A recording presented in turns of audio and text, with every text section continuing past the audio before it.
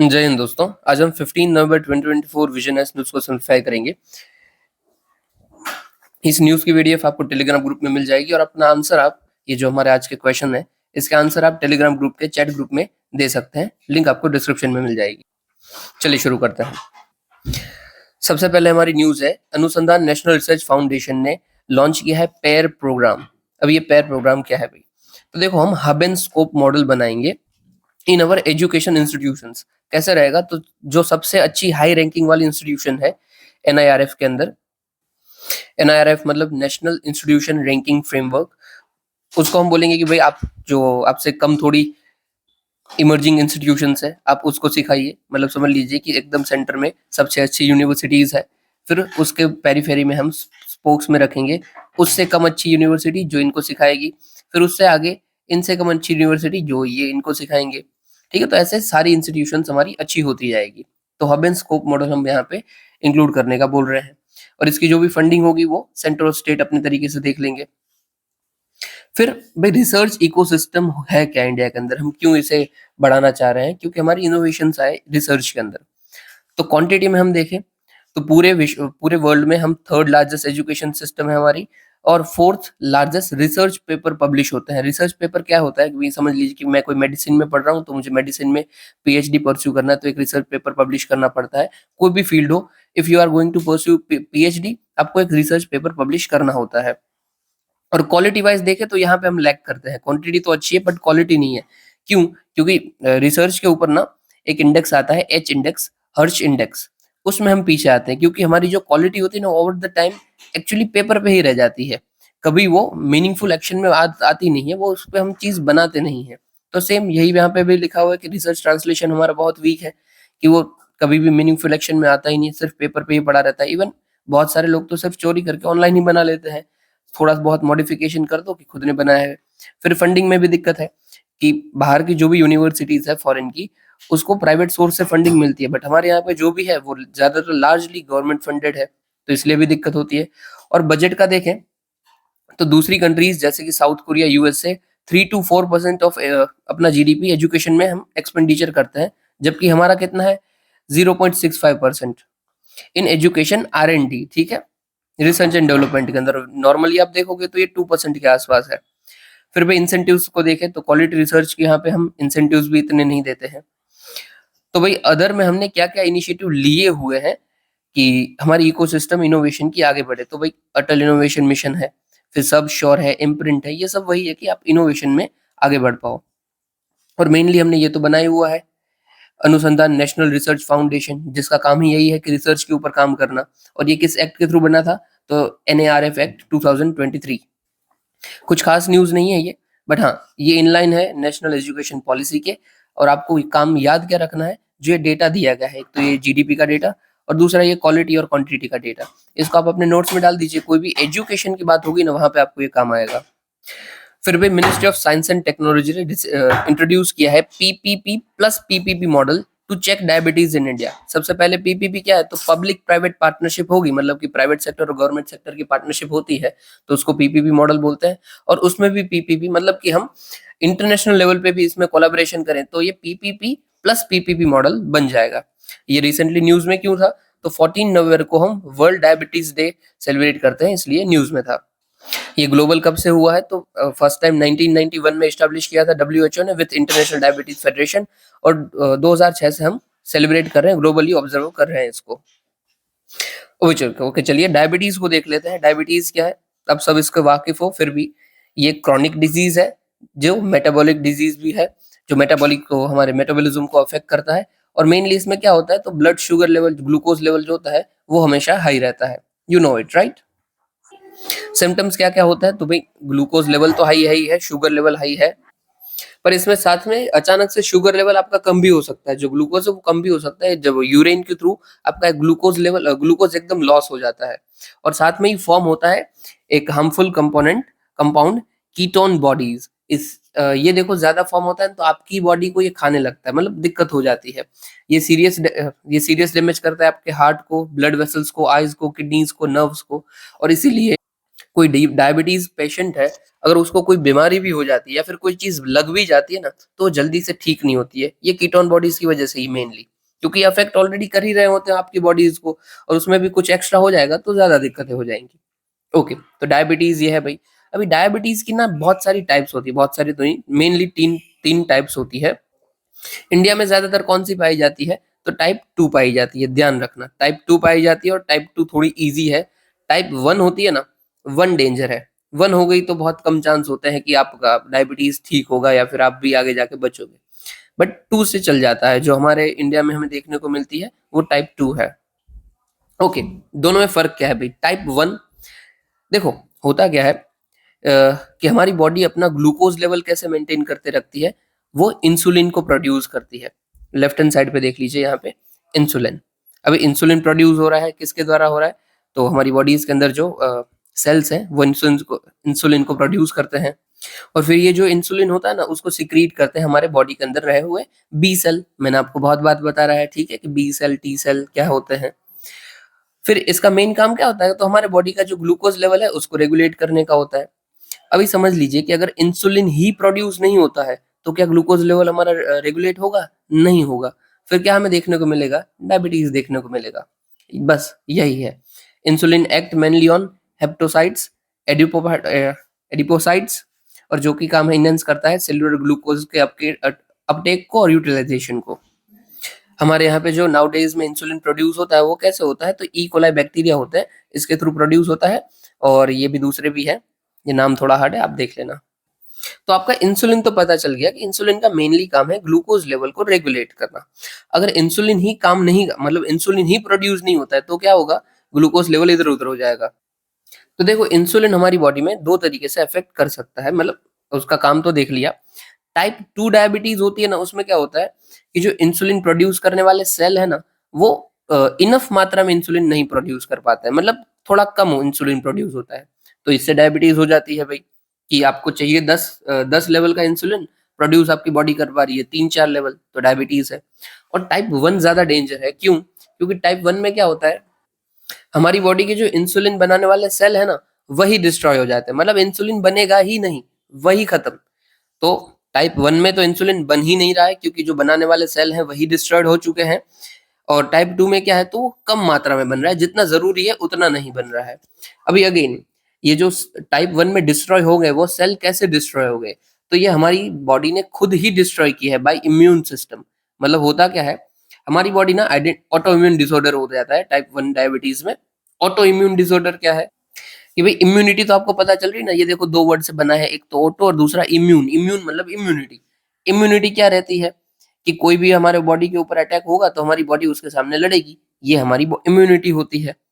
अभी दूसरा, auto immunity क्या है? तो भाई हमारी जो इम्यूनिटी होती है ना, ये इम्यूनिटी में भाई बी सेल और टी सेल आते हैं। ये आइडेंटिफाई भी नहीं कर पाते हैं कि कौन से जो सेल है वो बाहर से आए, मतलब कौन से वायरस बीमारी है, या फिर कौन से जो हमारे खुद के हैं। तो ये हमारी बॉडी, हमारी ही बॉडी के सेल को धीरे धीरे खाने लगती है, मतलब उसको ही मारने लगती है। जो बी सेल, टी सेल है ना, वो हमारी बॉडी के दूसरे सेल को मारने लगेंगे और खत्म कर देंगे। तो इसीलिए टाइप 1 डायबिटीज जो है ना, वो ऑटो इम्यून डिजीज है, जिसमें हमारी ही बॉडी के सेल, इम्यूनिटी सेल, हमारी ही बॉडी के सेल को मारने लगते हैं, और इसी में वो जो इंसुलिन प्रोड्यूस करने वाले जो सेल होते हैं ना, उसको भी मार देते हैं। Got it? इसलिए बहुत डेंजर है। इसको ना एक वर्ड है शायद, इसका वर्ड है साइकोटाइन स्ट्रॉम करके कुछ, या फिर साइटोकाइन स्ट्रॉम। हाँ शायद यही है, साइटोकाइन है शायद, साइटोकाइन स्ट्रॉम। मुझे ठीक से याद नहीं है, बट ये दो में से ही एक है। चलिए भाई, तीसरे टाइप की भी एक डायबिटीज होती है, जो है गेस्टेशन डायबिटीज। मतलब ड्यूरिंग प्रेगनेंसी होती है ये, बट आफ्टर प्रेगनेंसी ये ठीक भी हो जाती है, ठीक है, बाद में नहीं रहती है। ओके, प्रेवलेंस क्या है? तो 830 मिलियन पीपल को ग्लोबली डायबिटीज है, और मेजरली लो और मिडिल इनकम कंट्रीज में देखने को मिलती है। ट्रीटमेंट 50% को ट्रीटमेंट अभी नहीं मिल रही है। इंडिया के अंदर हम देखें तो 64 मिलियन मैन और 69 मिलियन वुमेन अनट्रीटेड है डायबिटीज के लिए इन इंडिया, ठीक है। WHO का भाई टारगेट क्या है इसको लेके? तो hold the rise of diabetes and obesity by 2025, बस यही टारगेट है। Got it? थोड़ा सा ये हमने लंबा खींच लिया, तो क्योंकि बताना जरूरी था, ये टाइप आपको समझ में आना जरूरी है, तो ही आप आगे जाके इसको लिख पाओगे, क्योंकि यूपीएससी का भरोसा नहीं है, कब ये पूछ लेंगे कि भाई थोड़ा सा इलाबोरेट कीजिए इसको, क्या चीज है। चलिए आगे देखते हैं। अभी ये देखते हैं एप्सपा वाला। देखिए मिनिस्ट्री ऑफ होम अफेयर्स में रीइंफोर्स किया है एप्सपा को इन मणिपुर एरियाज जहां पे वायलेंस चल रही है। सबसे पहले तो मणिपुर आपको पता हुआ है क्या वायलेंस चल रही है, वो भी आपको पता होगा। अभी जो भी एरियाज में वायलेंस चलती है ज्यादातर नॉर्थ ईस्ट वाले एरियाज में, हम उधर एस्पा लगाते हैं। इवन जम्मू कश्मीर के एरियाज में भी एस्पा लगाते हैं।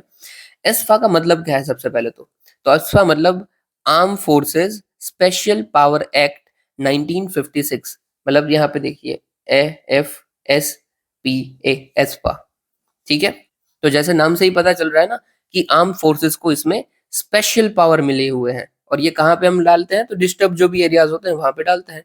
अभी डिस्टर्ब एरिया क्या है, उसके भी डेफिनेशन होनी चाहिए। तो हाँ भाई है, तो होल या फिर पार्ट ऑफ कोई भी स्टेट और यूनियन टेरिटरी का गवर्नर ऑफ स्टेट डिक्लेयर करता है एज अ डिस्टर्ब एरिया।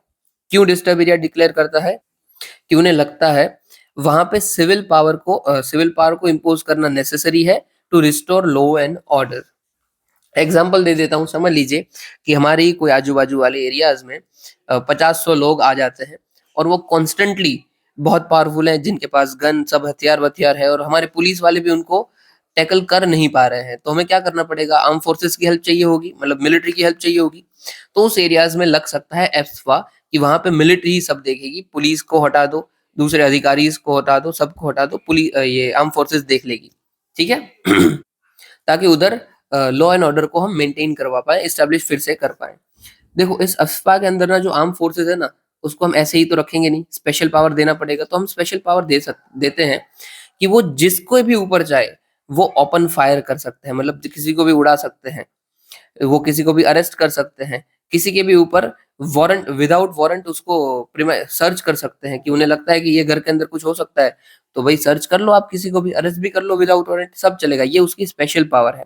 दूसरा, उसको इम्यूनिटी होती है, मतलब वो कुछ भी काम कर रहे हैं ना, उसके अंदर उसको कोई प्रोहिबिट नहीं किया, मतलब उसको बंद नहीं किया जा सकता है, और उसके सामने प्रोसीडिंग नहीं चलाई जा सकती है कि भाई आपने ये गुनाह कैसे कर लिया, चलो चलो।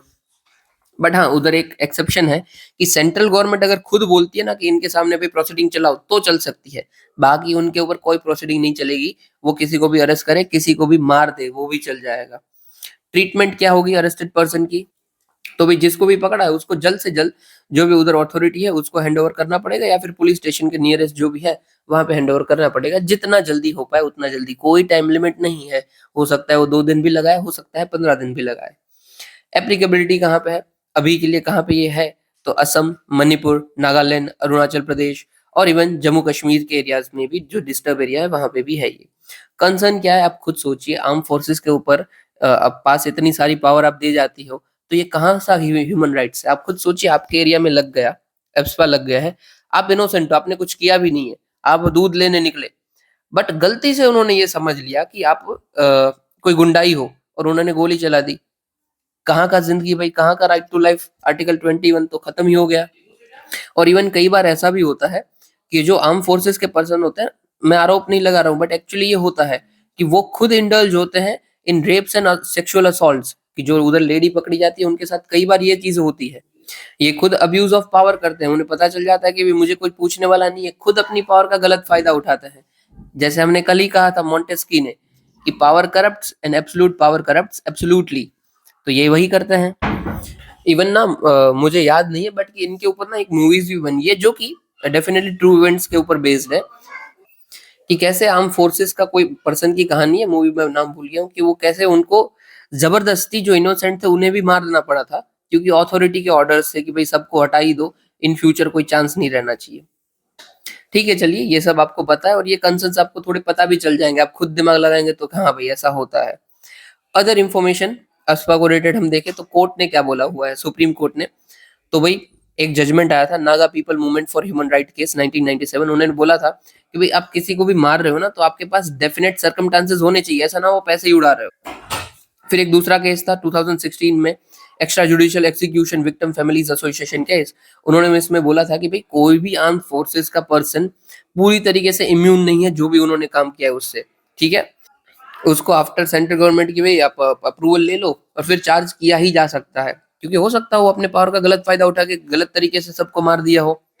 कमिटी की रिकमेंडेशन क्या क्या हुआ आई हुई है, तो जस्टिस बीपी जीवन रेड्डी कमेटी की रिपोर्ट थी 2004 में, उन्होंने बोला था कि एस्पा को भाई पूरी तरीके से हटा दो। फिर संतोष हेगड़े कमेटी की रिपोर्ट थी, उन्होंने बोला था कि इस एक्ट का हर 6 महीने में रिव्यू होना चाहिए। फिर at last justice Verma committee की रिपोर्ट थी, उन्होंने बोला था कि जो इसके अंदर जो आर्म फोर्सेस के पर्सन है उसके ऊपर हमें क्रिमिनल लॉ बैठाना चाहिए अगर वो सेक्सुअल वायलेंस अगेंस्ट वुमेन में इंडल्ज हैं। और ये भाई ये सब कायदे से होना भी चाहिए, ठीक है, इसका इम्प्लीमेंटेशन होना बहुत ही जरूरी है, क्योंकि भाई हम जिन लोगों की सिक्योरिटी के लिए एप्सपा लगा रहे हैं, अगर वही लोगों का एक्सप्लॉइटेशन हो रहा है तो फिर एप्स का मतलब ही क्या है, राइट। फिर ऊपर की न्यूज हम देखते हैं। हाँ, सीएजी की रिपोर्ट। ओके, रिसेंटली सीएजी की रिपोर्ट आई थी, control auditor general of India की रिपोर्ट, जिन्होंने 74th कॉन्स्टिट्यूशनल अमेंडमेंट एक्ट 1992 का इम्प्लीमेंटेशन कितनी अच्छी तरीके से हो रहा है उसको देखा था, उसका परफॉर्मेंस कैसा है उसको देखा था, ठीक है। सबसे पहला ये 74th कॉन्स्टिट्यूशन अमेंडमेंट एक्ट किसकी बात करता है, तो अर्बन लोकल सेल्फ गवर्नमेंट को एस्टैब्लिश करने की बात करता है अंडर पार्ट 9 क्लॉज ए, और साथ में भी हमने ये 12th शेड्यूल ऑफ कॉन्स्टिट्यूशन में भी ऐड किया था। और इसके अंदर हमने जो अर्बन लोकल बॉडीज होती है उनको 18 स्पेसिफिक फंक्शन दिए थे कि आपको ये काम करने हैं, ठीक है। ग्रेट, चलिए रिपोर्ट में क्या क्या देखा गया ये तो आपको पता चल गया कि अर्बन लोकल बॉडीज को 74 से लाया गया था, ये सब नॉर्मल है, बेसिक आपको पता भी है, ठीक है। रिपोर्ट में क्या बोला गया था, तो भाई एक्चुअली जितने भी फंक्शन हमने दिए 18, ठीक है, उसमें से 17 ऐसे हैं जो डायरेक्टली उनको मिले हुए हैं, एक तो आप डायरेक्टली यूज ही नहीं कर सकते हो, और उसमें भी एक्चुअली में सिर्फ 4 ही ऐसे हैं जो इफेक्टिवली वो खुद की ऑटोनॉमी से यूज कर सकते हैं, बाकी तो पहले स्टेट गवर्नमेंट को इंक्लूड करना ही पड़ता है आपको।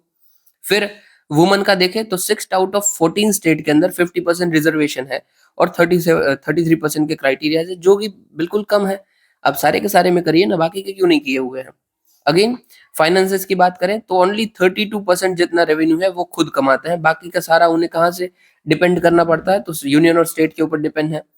फिर 42% जितनी अर्बन लोकल बॉडीज है वो रिसोर्स और एक्सपेंडिचर क्राइसिस को फेस कर रही है, सॉरी उल्टा बोल गया, 42% जितना गैप है रिसोर्स और एक्सपेंडिचर के अंदर, और 29% जितना है अपना एक्सपेंडिचर कहाँ पे जाता है, तो प्रोग्रामेटिक डेवलपमेंट और डेवलपमेंटल वर्क के अंदर। और एट लास्ट वैकेंसी, तो भाई 37% जितनी वैकेंसी भी पड़ी हुई है। देखो ये सब नॉर्मल दिक्कतें हैं, ठीक है, आपको ऐसे भी सब कुछ पता है कि ऐसा हो ही सकता है, हर एक चीज में होता है। और भी आप चीजें डाल सकते हो कि भाई हमारे पास एजुकेशन की कमी है, हमारे पास स्किल पर्सन नहीं है, फिर भाई पॉलिटिक्स का ज्यादा इन्फ्लुएंस रहता है, इसमें आप एग्जांपल दे सकते हो मेयर का, कि मेयर ज्यादा इसको कंट्रोल करते हैं। तो देखो आपको कितने सारे पॉइंट मिल गए हैं यहाँ पे ही, कि एक तो भाई ऑटोनॉमी नहीं दी जा रही है, फिर वुमन का रिजर्वेशन बहुत कम है, फिर फाइनेंसेस का इशू है, फिर फंक्शन में भी इशू मिलता है आपको। इसका मैं और आपको एग्जांपल दे देता हूँ, ये चलो ये डेटा अच्छा नहीं है इतना, इसको आप इरेज कर दीजिए, मैं दूसरा देता हूँ कि लोकल सेल्फ गवर्नमेंट के ऊपर स्टेट को या फिर यूनियन को जो पैसा देना चाहिए, तो जीडीपी का, पूरे यूनियन की जीडीपी देश की बात कर रहा हूँ, जीडीपी का सिर्फ 2% जितना हम लोकल सेल्फ गवर्नमेंट को प्रोवाइड करते हैं, तो ये बहुत कम है। जबकि चाइना जैसी स्टेट है ना, वो मोर देन 10% प्रोवाइड करते हैं, तो डेफिनेटली अच्छा है। फिर स्टेट फाइनेंस कमीशन होता है, स्टेट फाइनेंस कमीशन काम क्या करता है कि ये लोकल सेल्फ गवर्नमेंट को कितना पैसा देना चाहिए, तो ये टाइमली स्टैब्लिश ही नहीं होता है, ये स्टैब्लिश ही नहीं होगा तो पैसा जाएगा ही कहाँ से। फिर दूसरा ऑटोनॉमी की यहाँ पे हम बात करें तो स्टेट गवर्नमेंट अपना ही खुद पैरेलल स्ट्रक्चर बना के बैठी है हर जगह पे, हेल्थ में, एजुकेशन में, एग्रीकल्चर में, बहुत सारी जगह पे स्टेट का ही खुद का चल रहा है, तो लोकल सेल्फ गवर्नमेंट देखेगी क्या फिर। तो ये सब आप एग्जांपल अपने आंसर में यूज कर सकते हैं और आप डेटा यूज कर सकते हो, ठीक है। फिर भी तो रिकमेंडेशन क्या क्या है, हम कैसे इसको इम्प्रूव कर सकते हैं। सबसे पहले एक्शन लीजिए आप डिसेंट्रलाइजेशन ऑफ पावर के रिलेटेड, उसको रियलिटी में बदलिए। फिर स्टेट इलेक्शन कमीशन को टाइमली और फेयरली ऑर्गेनाइज करवाइए। फिर इंप्रूव कीजिए फाइनेंशियल स्टेबिलिटी, यहाँ पे आप कर सकते हो स्टेट फाइनेंस कमीशन को टाइमली ऑर्गेनाइज करना ना, और उनकी रिकमेंडेशन को मानना। फिर रोबस्ट वर्कफोर्स मैनेजमेंट की सिस्टम लाइए आप इनके अंदर, तो वैकेंसी जो भी है उसको आप फुलफिल कर पाओ। ये आप कैसे यूज करोगे, कहाँ पे करोगे, तो जी मैंने आपको नीचे क्वेश्चन दिया है ना, वहां पे आप इसको अच्छे तरीके से लिखोगे। देख लीजिए क्वेश्चन क्या है कि state in India seems reluctant to empower urban local bodies, हम उसी को देखे थे, both functionally as well as financially. हमने दोनों पॉइंट देख लिए, फाइनेंशियली भी मैंने आपको बताया, एक है स्टेट फाइनेंस कमीशन। फिर है भाई जीडीपी का शेयर जो है, फिर उनके रेवेन्यू के सोर्सेज जो है वो भी कम है। इवन जो हमने कल डिस्कस किया था ना, कल वही डिस्कस किया था कल वाली न्यूज में, कि अर्बन लोकल बॉडीज और लोकल बॉडीज के पास रेवेन्यू के सोर्सेज कौन कौन से होते हैं, तो उधर आप उसको यूज कीजिए। फिर फंक्शंस में हम देखेंगे तो ऑटोनॉमी की बात आ गई, कितने फंक्शंस हैं। फिर दूसरा, स्टेट अपना पैरेलल गवर्नमेंट चलाती है, मतलब पैरेलल सब चीजें चलाती रहती है। फिर रिजर्वेशन को आप डालिए कि वुमेन का रिजर्वेशन कम है। आपके बहुत सारे पॉइंट हो गए, इतने पॉइंट काफी है। और यहाँ पे आपको करना क्या है, तो आपको कमेंट करना है। ये 23 का क्वेश्चन है। कमेंट का मतलब क्या होता है कि ये जो स्टेटमेंट दिया हुआ है ना, उसी स्टेटमेंट को आप सच मानो, या फिर उस स्टेटमेंट को आप अपने नजर में रखो और उसके अकॉर्डिंग कमेंट करो। कमेंट क्या होती है कि कोई फोटो है टेलीग्राम इंस्टाग्राम के ऊपर, तो आप कमेंट कैसे करते हो, तो अच्छा लगा तो अच्छा कमेंट, बुरा लगा तो बुरा कमेंट। सेम आपको यहाँ पे यही करना है कि आप ना एक दो पॉइंट अच्छे भी लिख देना, पूरा वैसे बुरा ही मत करना कि हाँ भाई ये एकदम सच बात है। एक दो पॉइंट आपके काउंटर पे भी होने चाहिए कि हालांकि कि स्टेट कुछ करती भी है, ये पॉइंट आपका होना चाहिए। और एट लास्ट आप क्या करोगे कि ऐसा हो रहा है, इसके इम्पैक्ट क्या क्या पड़ता है इंडिया के ऊपर, क्यों दिक्कत आती है, वो भी आप हल्का सा बता दीजिए कि भाई 3 पॉइंट काफी रहेंगे कि भाई डिपेंडेंस बढ़ती है सेंट्रल स्टेट के ऊपर।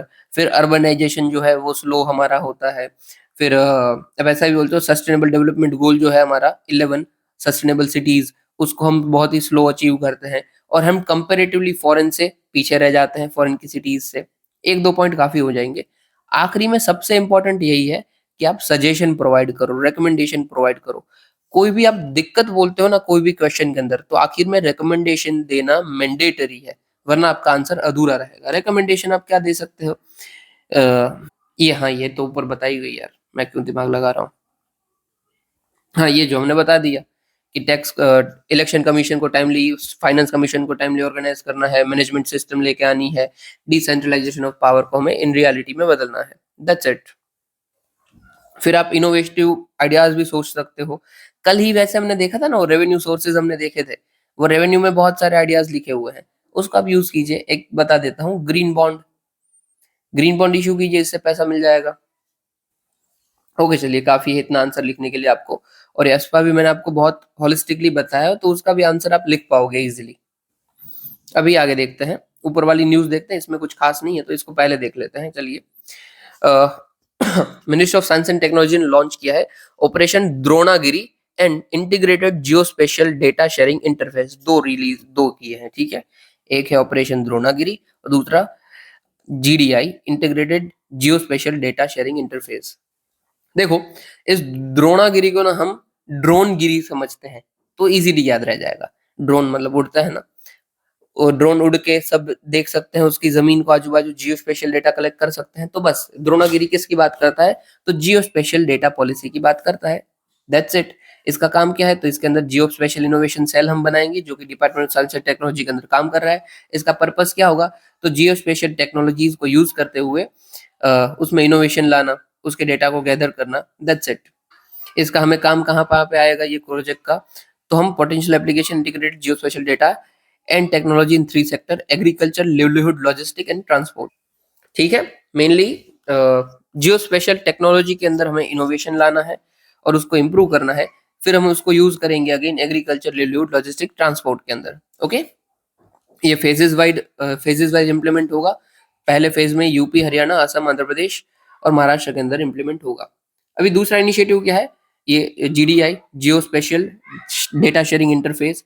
इसके अंदर हम जो भी डेटा है ना, उसको सबके लिए एसेसिबल बनाएंगे और एक्सचेंज प्रोटोकॉल भी लाएंगे, ताकि आपकी प्राइवेसी भी बनी रहे और आपको डेटा अगर एक्सचेंज करना तो वो भी मिल रहे हैं, उसके प्रोटोकॉल्स होंगे। ठीक है। फायदा इसमें हम किसके अंदर मिलेगा, तो डेटा शेयरिंग इजीली हो जाएगी। पब्लिक लाइफ में जो डेटा ड्रिवन डिसीजन होते हैं वो भी इजी हो जाएंगे और responsible use of Jio spatial data होगा। ठीक है। इजी है, कुछ खास नहीं है दोनों के अंदर। ये द्रोणागिरी याद रखना, ये ऑपरेशन डायरेक्ट पूछा जाएगा तो आप कंफ्यूज हो जाओगे कि क्या है भाई। और हाँ यार, ये तो मैंने बताया नहीं, जियो स्पेशल डेटा होता क्या है, तो information that describes object, event और अदर फीचर्स विथ लोकेशन और नियर अर्थ सरफेस, उसको जियो स्पेशल डेटा बोलते हैं। मतलब कि क्या है भाई, आपका एरिया, एरिया का डेटा, दैट्स इट, कि कहाँ पे क्या चीज पड़ी हुई है, आपकी लोकेशन क्या है, वो सब डेटा। एग्जाम्पल क्या है, सैटेलाइट की इमेज हो सकती है, सेंसस का डेटा हो सकता है, सोशल मीडिया का डेटा हो सकता है, सब कुछ हो सकता है। ठीक है। ये जियो स्पेशल डेटा है। जियो का मतलब ही क्या होता है, अर्थ, जमीन, और फिर उसका डेटा, दैट्स इट। ये भाई किसके अंदर हम काम कर रहे हैं, तो जियो स्पेशल पॉलिसी 22, और भाई इसका इंस्टीट्यूशन फ्रेमवर्क्स क्या क्या है, तो geo spatial data promotion development committee, फिर survey of India as overarching knowledge agency, national digital twin strategy, geo spatial knowledge infrastructure, ये सब इसका इंस्टीट्यूशन फ्रेमवर्क है, ठीक है। इजी था, इसके अंदर कुछ खास है नहीं, सिर्फ नाम याद रखना है। फिर आखिरी बड़ी न्यूज है, एग्जीक्यूटिव कमिटी ने committee of national mission on clean Ganga approve की है की बायोडाइवर्सिटी प्रोजेक्ट्स। ओके, कमिटी तो ठीक है, प्रोजेक्ट्स क्या क्या अप्रूव किए हैं, सबसे पहला है project for assessing environmental flows of Chambal, Son, Damodar and Tons rivers की एनवायरमेंट में क्या क्या है वो देखेंगे। दूसरा प्रोजेक्ट है conservation of endangered turtle in Ganga basin of Uttar Pradesh. और फिर तीसरा है हमारा advancing rescue system for protection of Ganges river dolphin. Done है। और देखो यहाँ पे भी देखो हम बात कर रहे हैं स्पेशल डेटा की, ये जो टर्टल को बचाने की बात है तो हमें स्पेशल मॉनिटरिंग करनी चाहिए और रिपोर्टिंग टूल बनाने चाहिए एट नेशनल चंबल सेंचुरी, ये इसलिए कि आप वो उधर के एरियाज में हमें टर्टल और सब मिलते हैं इसलिए।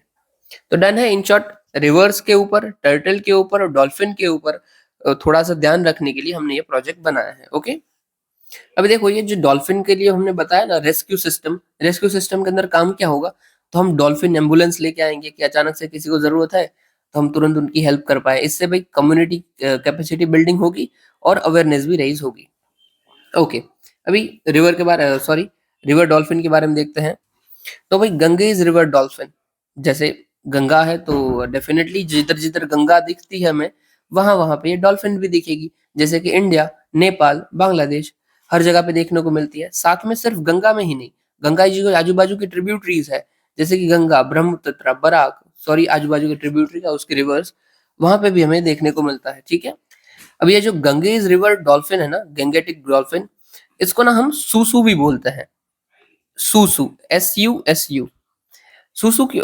और मेनली इसके कैरेक्टरिस्टिक क्या है, तो ये जब पैदा होती है ना तब तो ये देख पाती है, बट गंगा रिवर में कुछ ऐसे केमिकल्स हैं वो जैसे ही पैदा होती है ना वो ब्लाइंड हो जाती है। ठीक है, बट फिर भी इवन व्हेन ये ब्लाइंड है, वो using ultrasound waves, ultrasound radiation, ये अपना रास्ता वास्ता सब देख सकती है। ठीक है, अल्ट्रासाउंड रेडिएशन, जैसे ये डॉल्फिन है, ये ऐसे पार्टिकल्स निकलते हैं और वो उसी से डिस्टेंस सब कुछ मेजर कर लेती है। याद हमें क्या रखना है कि गंगेज रिवर डॉल्फिन है वो ब्लाइंड होती है और अल्ट्रासाउंड सोनिक साउंड का यूज करती है, अल्ट्रासाउंड वेव्स का यूज करती है अपने आने जाने के लिए, दैट्स इट। और कहाँ पे हमें पाई जाती है, तो गंगा, ब्रह्मपुत्र, बराक, वो सब रीजन में पाई जाती है। और एक और चीज, ये हमारी नेशनल एक्वाटिक एनिमल है। ठीक है, नेशनल एक्वाटिक एनिमल। थ्रेट्स क्या क्या है, तो डेफिनेटली यार पोचिंग होती है इनकी, ये इंटेंगलमेंट फिशिंग जो गियर्स होते हैं उसमें ये फंस जाती है, जो डेवलपमेंटल प्रोजेक्ट होते हैं उनकी वजह से उनका हैबिटेट लॉस होता है, पॉल्यूशन होता है, बहुत खराब बात है जी। कंजर्वेशन स्टेटस इंडेंजर्ड है, शेड्यूल 1 में है और अपेंडिक्स 1 में है, ये सब आपको पता है। कंजर्वेशन इनिशिएटिव क्या क्या हमने लिए हुए हैं इनके लिए, तो वही national aquatic animal of India, ये मैंने बता दिया। फिर हमने क्रिटिकली इंडेंजर्ड स्पीशीज 22 लिस्ट की है, जिसको हम कॉन्स्टेंटली बचा रहे हैं, उसके लिए अलग से हम पैसा बांट रहे हैं, अलग से पॉलिसीज बना रहे हैं। तो उसमें 22 में गंगेज रिवर डॉल्फिन भी शामिल है। ये एक सेंट्रली स्पॉन्सर्ड स्कीम है, development of wild life habitat. Okay, फिर आगे देखें तो जो प्रोजेक्ट डॉल्फिन हम लेके आए हैं to conserve river dolphin, Ganges river dolphin, और फिर इंपॉर्टेंट हैबिटेट भी हमने नोटिफाई किया है एज अ प्रोटेक्टेड एरियाज, जैसे कि विक्रमशिला डॉल्फिन सेंचुरी, ये एक लौती सेंचुरी है जो कि डॉल्फिन की सेंचुरी है इंडिया के अंदर। ओके, तो भाई डॉल्फिन के लिए हमने क्या क्या किया हुआ है, ये देखो यूपीएससी ना मैं बोल रहा हूँ यूपीएससी की ऐसी भी एग्जाम आती है ना जो एनुअल वाली, उसमें ये क्वेश्चन आ चुका है, मैंने ये गूगल पे देखा था, मुझे ध्यान है, और या फिर यूपीएससी ने डायरेक्ट पूछ लिया, मुझे ध्यान नहीं, बट यूपीएससी का क्वेश्चन तो है ही गंगेज रिवर डॉल्फिन के ऊपर। आप डायरेक्टली लिख सकते हो कि इंडिया क्या क्या कर रहा है। तो वही विक्रमशिला डॉल्फिन यूनिवर्सिटी है, फिर प्रोजेक्ट डॉल्फिन है, फिर 22 स्पीशीज के जो प्रोग्राम है उसके अंदर हमने डाला हुआ है, और नेशनल एक्वेटिक एनिमल भी हमने घोषित किया है ताकि उसको और हम बचा पाए। ठीक है, चलिए अभी हम शॉर्ट न्यूज कवर करते हैं। सबसे पहला है हमारा ई तरंग सिस्टम। और अगेन शॉर्ट न्यूज कवर करने से पहले अगर आपको वीडियो पसंद आ रहा है तो लाइक, कमेंट, शेयर, सब्सक्राइब जरूर करना, ताकि व्यूज ज्यादा मिले तो हमें अच्छा लगे कि भाई जो बनाया है वीडियो वो ज्यादा लोगों तक पहुंच रहा है और हेल्प मिल रही है उनको भी। ओके, अभी ई तरंग सिस्टम ये मिनिस्ट्री ऑफ डिफेंस ने लॉन्च किया है। ई तरंग, इसका काम क्या है? तो ये यूनिक सॉफ्टवेयर है जो कि इंटीग्रेटेड डिफेंस स्टाफ में कोलाबोरेशन लाएगा यूजिंग विथ बाइसेग एन मतलब Bhaskaracharya national institute for space application and informatics. काम हमें ये क्या आएगा? तो भाई ऑटोमेटेड एफिशिएंट और प्लानिंग मैनेजमेंट करना है, उसके अंदर ये काम आएगा। कोई ऑपरेशन हमें करना है, उसका इंटरफेस में हमें ये काम आएगा। कोई नई टेक्नोलॉजी को डेवलप करना है, उसके अंदर भी हमें काम आएगा। मेनली आपको याद क्या रखना है ई तरंग के अंदर कि भाई ये डिफेंस के साथ जुड़ा हुआ है, दैट्स इट। और ये एआई एनेबल्ड है, ये मेन है इस काम का, ठीक है। फिर आगे देखते हैं। तो पेलियोसिन इओसिन थर्मल मैक्सिमम, ये देखो ये नाम में ही आपको दिख रहा है थर्मल मैक्सिमम। थर्मल मतलब गर्मी वाली बात चल रही है, ठीक है। और ये पेलियोसिन इओसिन ये सब टाइम पीरियड की बात है। चलिए देखते हैं अभी क्या है। ये पीईटीएम है, पेटम है, ये टाइम पीरियड किसकी बात चल रहा है? तो भाई 56 मिलियन ईयर्स अगो, मतलब इतने टाइम पहले अर्थ के यहाँ पे ग्लोबल वार्मिंग चल रही थी, बहुत ही ज्यादा गर्मी थी, 4 से 5 सेल्सियस जितना तापमान एकदम बढ़ गया था। तो बस इसी पीरियड को हम थर्मल मैक्सिमम पीरियड बोलते हैं, Palaeocene eosin thermal maximum period. ये क्यों बढ़ गया था भाई? तो भाई वॉल्केनिज्म, देखो ज्यादा वॉल्केनो अगर फूटेंगे ना तो ऊपर बड़े बड़े बादल बनेंगे, और ये बादल क्या करेंगे? जो अर्थ रेडिएट करता है ना लाइट्स को, कि सन से ये लाइट आई और अर्थ रेडिएट कर रहा है, तो ये लाइट को बाहर जाने नहीं देंगे, मतलब गर्मी को बाहर नहीं जाने देंगे, अर्थ के अंदर ही फंसा के रखेंगे। तो ये वॉल्केनिज्म की वजह से भी बढ़ जाता है। फिर मीथेन हाइड्राइड्स का डिसोसिएशन हुआ था, फिर परमाफ्रॉस्ट मेल्ट होते जा रहे थे, और एक्स्ट्रा टेरेस्ट्रियल इम्पैक्ट भी बहुत सारा था। इन शॉर्ट बस हो गया था, इतना काफी है। याद क्या रखना है? ये पेलियोसिन इओसिन। फिर है भाई हॉलमार्क। हॉलमार्क क्या होता है? आप जिससे वाकिफ हो, राइट? कोई भी ज्वेलरी होती है ना, ज्वेलरी की प्योरिटी का स्टैंडर्ड है हॉलमार्क। हॉलमार्क को गोल्ड और सिल्वर ज्वेलरीज में यूज किया जाता है, और ये हर जगह पे लागू होता है। आप इसी के ऊपर से तय कर सकते हो कि ये ज्वेलरी अच्छी है या नहीं है, ठीक है। और ये हॉलमार्किंग जो है वो मैंडेटरी है as per BIS, bureau of Indian standards. चलिए इतना ही काफी है। फिर दूसरा consent to establish. Consent to establish, देखो नाम में आपको क्या मिल रहा है कि परमिशन लेनी है, कुछ एस्टैब्लिश करने की बात चल रही है, दैट्स इट। तो यहाँ पे क्या एस्टैब्लिश करने की हम बात कर रहे हैं? न्यू इंडस्ट्री एस्टैब्लिश करने की बात कर रहे हैं। और न्यूज में क्यों है? तो भाई अगर कोई इंडस्ट्री है, मतलब कोई भी बंदा है, अगर वो कंपनी एस्टैब्लिश करना चाहता है, इंडस्ट्री एस्टैब्लिश करना चाहता है, और उसने एनवायरमेंट क्लियरेंस ले रखी है, तो उसको कंसेंट टू एस्टैब्लिश लेने की जरूरत नहीं है। तो क्या पहले थी? यस, पहले लेना होता था, बट अभी के लिए जरूरत नहीं है अगर आपने एनवायरमेंटल क्लियरेंस ले रखी है। और साथ ही साथ ऐसी इंडस्ट्रीज जो कि कोई पॉल्यूशन ही नहीं करती है, वो वाइट कैटेगरी की इंडस्ट्रीज है जो पॉल्यूशन नहीं करती है, उसको भी कंसेंट टू एस्टैब्लिश लेने की या फिर कंसेंट टू ऑपरेट लेने की ज़रूरत नहीं है। ये जो कंसेंट टू एस्टैब्लिश है वो कौन से एक्ट के थ्रू आता है? तो वाटर एक्ट 1981 के थ्रू आता है, सॉरी वाटर एक्ट 1974 के थ्रू आता है, और एयर एक्ट 1981 से थ्रू आता है। और ये किसके पास से हमें लेना होता है? तो SPCB से लेना होता है, स्टेट पॉल्यूशन कंट्रोल बोर्ड से लेना होता है। ओके चलिए आगे देखते हैं। बोडो ट्राइब, बोडो सुना ही होगा आपने, ग्रेटर बोडोलैंड की बात करते हैं। तो रिसेंटली फर्स्ट बोडोलैंड महोत्सव सेलिब्रेट हुआ है न्यू दिल्ली के अंदर to celebrate Bodo language, literature और कल्चर। ओके, बोडो ट्राइब तो आसाम में मेनली ये रहती है, और इनका जो एरियाज़ है उसको बोडोलैंड टेरिटोरियल रीजन हमने घोषित किया हुआ है, और इस रीजन को गवर्न करने के लिए हमने बोडोलैंड टेरिटोरियल काउंसिल भी बनाई है अंडर 6th शेड्यूल। आपका मैं एक और काम देता, तो आप ना आज एक काम कीजिए, आप ना 6th शेड्यूल पढ़ लीजिएगा। सिर्फ 6th शेड्यूल नहीं, 5th और 6th, 5 और 6 दोनों शेड्यूल पढ़ लेना आप, ये आपको ज़रूरी होगा। और ऐसी सब चीज़ें ना लोग भूल जाते हैं बार बार, इसलिए आज पढ़ लीजिएगा पूरा पॉलिटी से, लक्ष्मीकांत से। आगे जो बोडो लैंग्वेज है वो क्या है? तो ये इंडो बर्मन लैंग्वेज है। कौन से एरियाज़ में ये रहते हैं? तो Bangladesh, Nepal, other north east के स्टेट्स में होते हैं। और बोडो पीस अकॉर्ड हमारे सेंट्रल स्टेट और गवर्नमेंट ऑफ आसाम और बोडो ग्रुप के बीच में साइन हुआ था। और हाँ, एक बात मैं भूल गया, ये जो बोडो लैंग्वेज है वो 8th शेड्यूल ऑफ कॉन्स्टिट्यूशन के अंदर आती है। शायद ना इसके ऊपर ही 2024 में क्वेश्चन भी आया था, यहाँ पे लिखूँ यार, 2024 में क्वेश्चन आया था कि बोडो, डोंगरी मैथिली संथाली कौन से एक्ट के थ्रू, कौन से अमेंडमेंट के थ्रू ऐड हुई है? शायद मुझे याद है तब तक यही था, बॉडो डोंगरी मैथिली संथाली कौन से एक्ट के थ्रू ऐड हुई है? अमेंडमेंट एक्ट के थ्रू। आपको सिर्फ ये भी पता हो ना कि हाँ भाई ये हुई है, तो आपको हल्का सा आइडिया रहेगा कि हाँ ये है तो सही।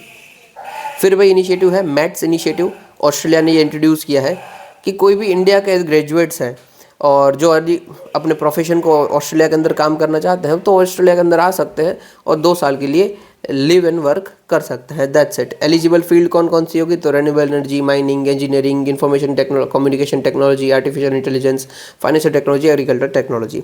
That's it. ये किसके अंदर काम करता है? तो Australia India migration and mobility partnership agreement, sorry arrangement. That's it. फिर है पिना का वेपन सिस्टम, ऑलरेडी हम इसको बना चुके हैं और हमने एक्सपोर्ट भी किया हुआ है अर्मेनिया के ऊपर, और आगे फ्रेंच भी बोल रहा है कि हम शायद इस पिनाका को लेंगे। पिनाका इन शॉर्ट है क्या? देखो ये ट्रक के जैसा होता है और इसके पीछे ना बहुत सारे बैरल होते हैं। ये एक साथ 12 रॉकेट को फायर कर सकता है विद इन 44 सेकेंड। देखिए, it can launch salvo of 12 rockets within 44 second. बहुत ही आउटस्टैंडिंग बात है। फ़ायदा क्या होता है पता है? कि कोई भी आपके ऊपर अटैक हो रहा है, एक साथ आप इतने पावरफुल रॉकेट छोड़ सकते हो तो वो अटैक को आप ईजिली टैकल कर पाओगे। किसने ये बनाया हुआ है? तो ये बना है DRDO ने with help of Tata advance system limited and Larsen and turbo. Okay, Pinaka rocket system आप याद रखोगे, ठीक है। पिनाका वेपन सिस्टम, ये मल्टी बैरल रॉकेट सिस्टम है। यस, ये मल्टी बैरल है, मैंने बता ही दिया। इसकी रेंज क्या क्या है? तो पिनाका 1 है वो 38 किलोमीटर तक की रेंज कवर करता है। पिनाका 2 है 60 की, 3 75 की, और हम आगे बनाते ही जा रहे हैं, रेंज एक्सटेंड करते जा रहे हैं। फिर है भाई सोलोमन आइलैंड्स न्यूज़ में, ये हमने बहुत बार देखे हुए हैं, फिर से देख लेते हैं। पहले तो एरिया देख लीजिए इसका, कहाँ पे पड़ता है? तो ये देखो, ये है ऑस्ट्रेलिया, और ऑस्ट्रेलिया के कुछ यहाँ पे पड़ता है, ये पपुआ न्यू गिनी के राइट साइड में सोलोमन आइलैंड्स। ये कंट्री है हाँ अपने आप में ही। चलिए, तो भाई सोलोमन आइलैंड आर्कीपिलागो है ये, मतलब कंट्री है। आर्कीपिलागो कंट्री है, मतलब छोटे छोटे आइलैंड मिलके जो बनाते हैं ना उसको आर्कीपिलागो बोलते हैं। ये या 1 2 3 जैसे आइलैंड होंगे तो इसको पूरे को हम बोलेंगे आर्कीपिलागो।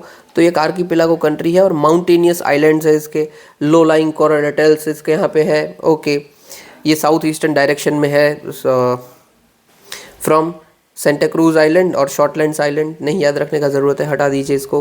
Climate tropical climate of course tropic में है। इकोनॉमी फिशरीज़ के ऊपर इसकी बेस है, ऑफकोर्स पूरा पानी से फिशरीज़ के ऊपर ही होगी। ओके, न्यूज़ में क्यों था? तो पूरे वर्ल्ड्स लार्जेस्ट कोरल, मतलब एक की बात चल रही है ना, पूरे कोरल रीफ की नहीं, एक वर्ल्ड का लार्जेस्ट कोरल हमें यहाँ पे मिला है। That's it. ये कितना लार्जेस्ट है, मतलब एक कोरल की बात चल रही है, तो ये 2 बास्केटबॉल फील्ड हो जाए ना उतना लार्ज है। ओके, कोरल क्या होते हैं? तो टाइनी एनिमल्स होते हैं जो सिंडारिया पिलिम्स फैमिली से बिलोंग करती है, और ये उसी के थ्रू बनते हैं। ये सब आपको मैंने बता दिया है 50 बार। और ये पॉलिप्स के थ्रू बनता है, मतलब छोटे छोटे पॉलिप्स मिलके बना देंगे पूरी का पूरा कोरल, और कोरल मिल के बना देंगे कोरल रीफ। ओके, हमने बहुत बार बताया है आपको। अगर ये देखना है ना, आप क्या काम करना, आप ना 19 अक्टूबर का वीडियो देख लेना। 19 अक्टूबर हमने बहुत ही अच्छे से डिस्कस किया हुआ है, पूरा 10-15 मिनट का डिस्कशन है, देख लेना 19 अक्टूबर, आपको पूरा समझ आ जाएगा कि क्या कोरल है। और हमारी लास्ट न्यूज़ है डोमिनिकन रिपब्लिक। ये कंट्री है, ये जो साउथ अमेरिका और नॉर्थ अमेरिका वाला स्टेट है, यहाँ पे ये बीच में पड़ती है, ठीक है, यहाँ पे ये पड़ती है। रिसेंटली डोमिनिका ने बोला है कि हमारे जो प्राइम मिनिस्टर नरेंद्र मोदी जी, उनको ये ऑनर देंगे by Dominica award of honour. क्यों देंगे? क्योंकि हमने कोविड-19 के दौरान इनको फ्री में वैक्सीन दी थी, तो इसीलिए ये उनको रिकॉग्नाइज़ कर रहे हैं और हमें ये अवार्ड देंगे। ओके, उसके बारे में देख लेते हैं। तो ये कॉमनवेल्थ कंट्री है। कॉमनवेल्थ कंट्री मतलब जिन कंट्री के ऊपर ब्रिटिशर्स ने राज किया था उनको ऑफर दी थी कि हम एक अपना ग्रुप बना लेते हैं, उस ग्रुप को उन्होंने बोला कॉमनवेल्थ। दैट्स इट, तो इनका पार्ट है। फिर ये आइलैंड कंट्रीज ऑफ लेसर एंटिलीज है, जो कैरिबियन सी के अंदर आ पड़ता है। ये एक ओनली आइलैंड है जो रिलेटिवली लार्ज है दूसरे उसके जो कैरिबियन आइलैंड्स के ग्रुप है उसके कंपेयर में, ठीक है, जहाँ पे इंडियन की पॉपुलेशन ज़्यादातर मात्रा ज़्यादा हमें देखने को मिलती है। That's it. बाकी ये भाई ये छोटे छोटे आइलैंड है जो हैं वो वॉल्केनिक ओरिजिन के हैं। ये यहाँ पे वॉल्केनिक सॉइल मिलती है क्योंकि वॉल्केनिक ओरिजिन है। यहाँ पे हॉट स्प्रिंग भी मिलती है क्योंकि वॉल्केनोज है, डेफिनेटली मिल जाएगी। So that's it for this video. अगर आपको ये क्वेश्चन ज़रूर अटेम्प्ट कर लीजिएगा और आपको ये वीडियो पसंद आए तो लाइक, कमेंट, शेयर, सब्सक्राइब ज़रूर कीजिए ताकि हमें भी अच्छा लगे। सुनने के लिए आपका शुक्रिया। जय हिंद।